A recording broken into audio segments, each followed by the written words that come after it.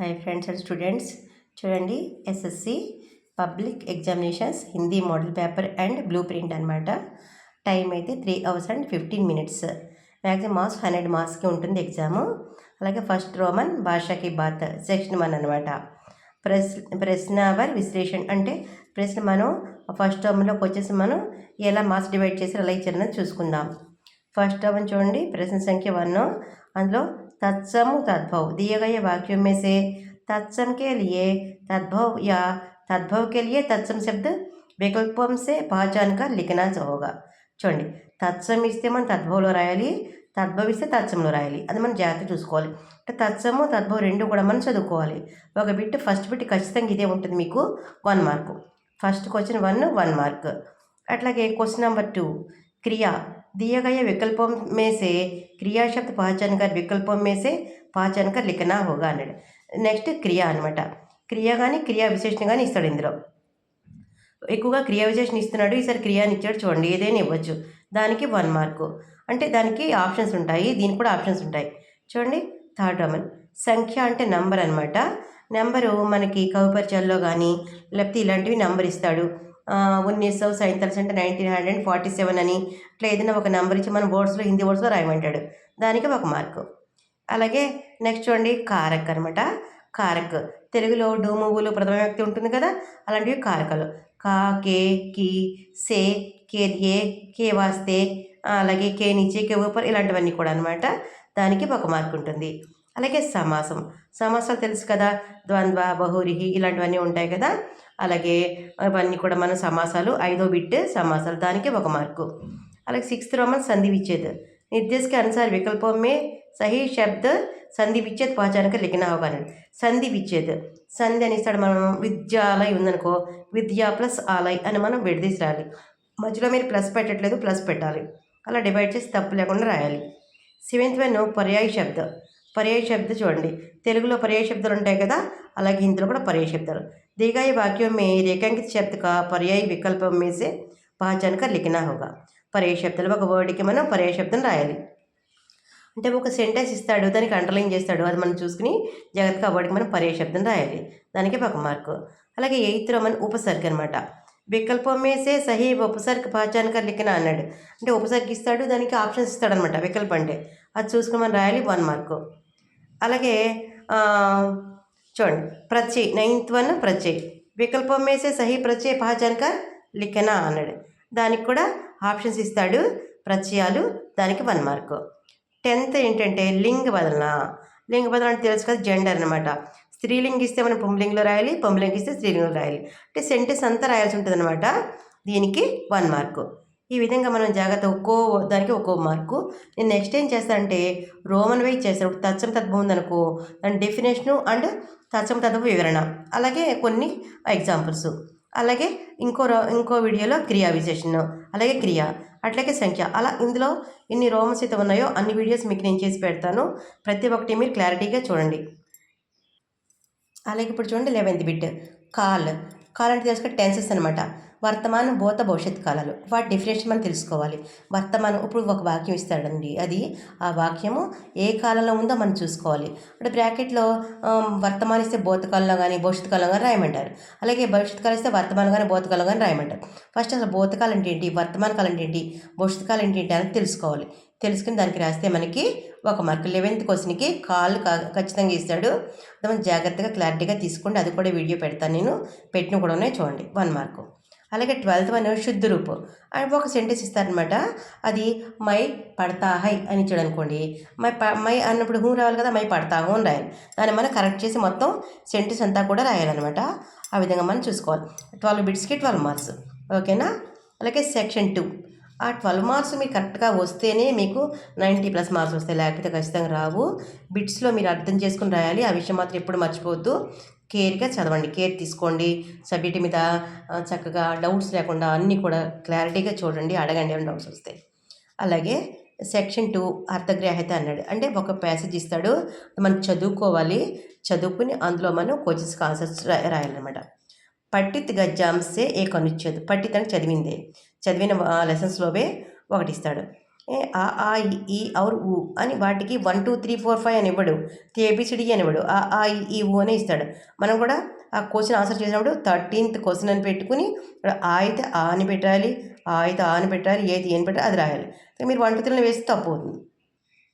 अब कहाँ दूसरे के दुखी होने वाले पतझड़ में टूटी पत्तियाँ, डायरी का एक पन्ना, पाठ से संबंधित 2 अनुच्छेदों से प्रश्न दिए जाएंगे. చూడండి 13th రోమంలో మనము ఈ పఠిత గద్యాన్స్ ఏం చూసుకోవచ్చు అనమాట.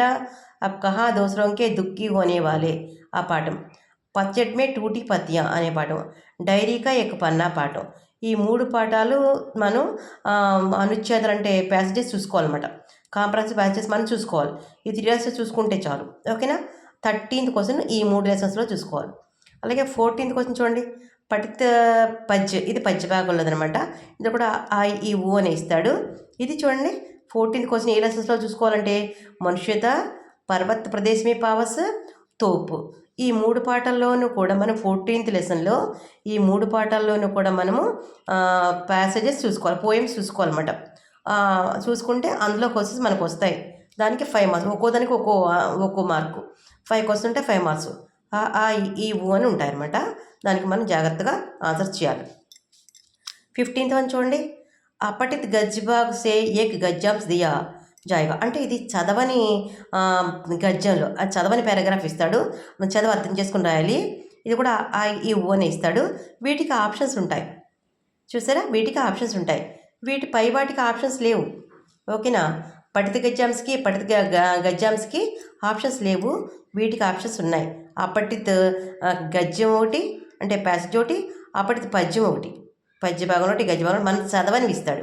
చదువుకొని అర్థం చేసుకుని మనం వాటికి చాయిస్ ఉంటే చూసుకుని జాగ్రత్తగా రాసుకోవాలి. ఇవన్నీ కూడా మనం బుక్లో చాలా ప్రాక్టీస్ అయితే చేసుకోవాలి. నేను ఇప్పుడు మీకు మోడల్ పేపర్ ఎలా ఉంటుందో, ఎలా డివైడ్ చేసిన మార్క్స్ ఉన్న దానికి ఇస్తున్నాను. ఏ రోమన్ ఏంటన్నది నెక్స్ట్ వీడియోలో క్వశ్చన్ పేపర్ ఆన్సర్ చేసి పెడతాను. ఏ క్వశ్చన్ ఇచ్చాడు ఏంటన్నది అది కూడా మీరు చూద్దరు కానీ.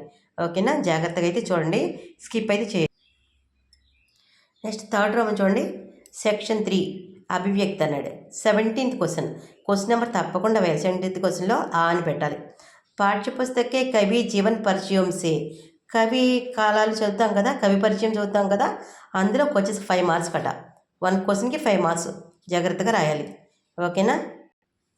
बट అందులో ఆ नीचे చూడండి, संबंधित प्रश्नों में से एक के बारे में लिखना होगा, 2 प्रश्नों में से एक का उत्तर देना होगा, एक प्रश्न प्राचीन कवि से तथा दूसरा प्रश्न आधुनिक कवि से दिया जाएगा. అంటే 17th క్వశ్చన్లో చాయిస్ ఉంటుంది. పురాతన కవుల గురించి, ఆధునిక కవుల గురించి అని 2 ఉంటాయి. అందులో మీకు ఏది బాగా వస్తే అది రాసుకోవచ్చు. 18th క్వశ్చన్ చూడండి, లేఖక పరిచయ పట్కర్ రిక్త స్థానంకి పూర్తి కర్నీ హోగి. అంటే ఇక్కడ 18th క్వశ్చన్లో రైటర్ గురించి మనకి ప్యాసేజ్ ఇస్తాడు, మనం అది చూసుకుని ఫిల్ ఇన్ ద బ్లాంక్స్ తీస్తాడు, మనం ఆన్సర్ చేసుకోవాలి. దానికి 5 ఉంటే 5 మార్క్స్. ఓకేనా. ఇదైతే ప్యాసేజ్ ఇస్తాడో చూసి చదువుకుని చేసుకోవాలి. ఇదైతే కవి గురించి మనం రాయాలి. 17th question. 18th క్వశ్చన్ అయితే మనకి ఇస్తాడు. ఓకే. నెక్స్ట్ 4th రోమన్కి వెళ్దాం. 4th రోమన్ చూడండి, మన 19th క్వశ్చన్ మర్చిపోకుండా వేసుకోండి. 19th క్వశ్చన్ ఎందులో వస్తుందంటే చూడండి, 19, 20, 21 3 క్వశ్చన్స్ ఇస్తాడనమాట. पद्य भाग से 3 प्रश्न दिए जाएंगे, 3-4 वाक्यों में उत्तर देना होगा. పద్య భాగంలో 3 ప్రశ్నలు ఇస్తాడట. 3 ప్రశ్నలు ఇస్తే ఒక్కో దానికే 2 మార్క్స్ అనమాట. 3 2 6 మార్కులు. అలాగే 20వ క్వశ్చన్ గద్య భాగం 22, 23, 24, 25 అంటే 4 క్వశ్చన్స్ ఇస్తాడు. గద్య భాగంలో 4 ప్రశ్న దియే జాయింగే, 3-4 వాక్యం में उत्तर देना होगा. అంటే ఈ 4 క్వశ్చన్స్లోనూ ఒక్కో దానికే ఎన్నమాట, గద్య భాగం 4 ప్రశ్న దిగాయి, 4 ప్రశ్నలు ఇస్తాడు. 3-4 వాక్యం में उत्तर देना होगा. ఒక్కో దానికి 3-4 వాక్యాల్లో రాయాలి. ఒక్కో దానికి 3 మార్కులు అనమాట. ఒకటి చాయిస్ ఉంటుంది, 9 మార్క్స్. 3 3 9 అనమాట. ఇక్కడ 21 క్వశ్చన్ చూడండి, అంటే ఇక్కడ 20లోనే 4, ఇక్కడ 19లోని 3, అది చూసుకోండి మీరు కన్ఫ్యూజ్ అవ్వకుండా. 21 చూడండి, 26, 27, 28 ఇందులో కూడా 3 క్వశ్చన్స్ ఉంటాయి.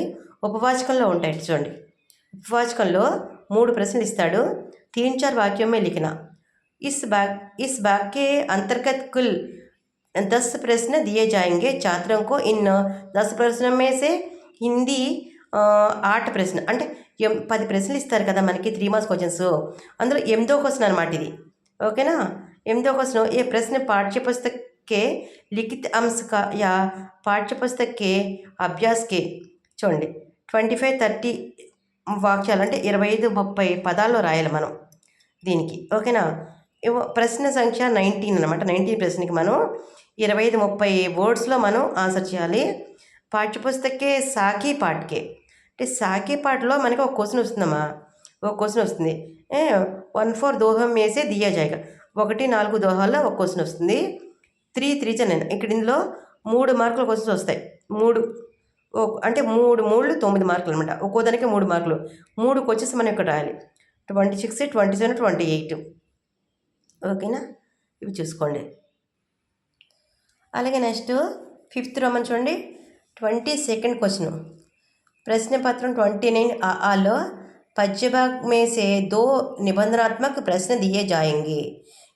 किसी एक प्रश्न का उत्तर 6 या 8 पंक्तियों में देना होगा. చూడండి ఇవి సారాంశాలమ్మా. మీరు 6, 8 అంటే అలా కాదు, కొంచెం ఎక్కువే రాయాలి. 8 మార్క్స్ అట ఒక్కోదానికే. ఓకేనా? ఇది పద్య భాగంలో ఒక సారాంశం ఉంటుంది.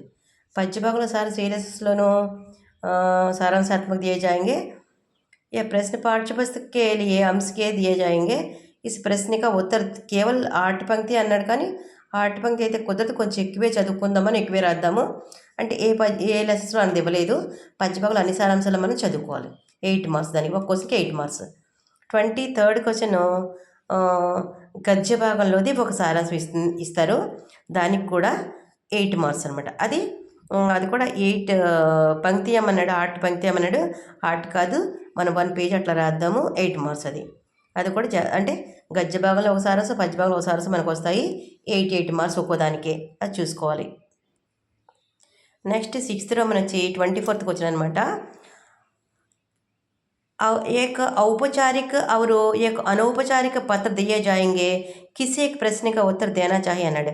ఔపచారిక అనౌపచారిక అంటే మన రిలేటివ్స్కి రాస్తాము ఆ ఉత్తర అది కానీ, లేకపోతే మా ఆఫీస్ వాళ్ళకి రాస్తాం కదా ఆ టైప్లో కానీ 2 ఇస్తారు మనకి. ఔపచారిక అనౌపచారిక 2 ఇస్తారు. అందులో మనం ఒక పత్రలేఖను రాయాలి. దానికి 8 మార్క్స్. అంటే పితాజీకి కానీ, లేకపోతే భాయి బహన్ దాని గురించి కానీ, లేకపోతే ఫ్రెండ్కి కానీ అట్లా వస్తారు. అవి ఔపచారిక.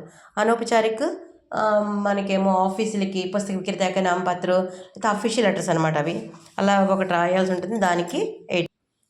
లాస్ట్ రోమన్ అనమాట. 25th question. అంటే 32 అని ఉంది కదా, మీరు కన్ఫ్యూజ్ అవ్వకండి. అంటే క్వశ్చన్ నెంబర్ 32 అంటే ఆప్షన్స్ ఉంటున్నాయి కదా, ఇవేమో ఆప్షన్ లేకుండా రోమన్ నెంబర్ ఇచ్చాడు ఇక్కడ. ఇదేమో ఆప్షన్స్తో క్వశ్చన్ నెంబర్ ఎనిమిది ఇచ్చాడు అనమాట. మీరు కన్ఫ్యూజ్ అవ్వద్దు, ఇది చూసుకోండి. 4 నిబంధన దియా జాయింగే. ఇక్కడ మనకి 4 నిబంధనలు ఇస్తారట. ఆ ఈ అని. అందులో మనం ఒకటి రాస్తే చాలు 10 మార్కులు.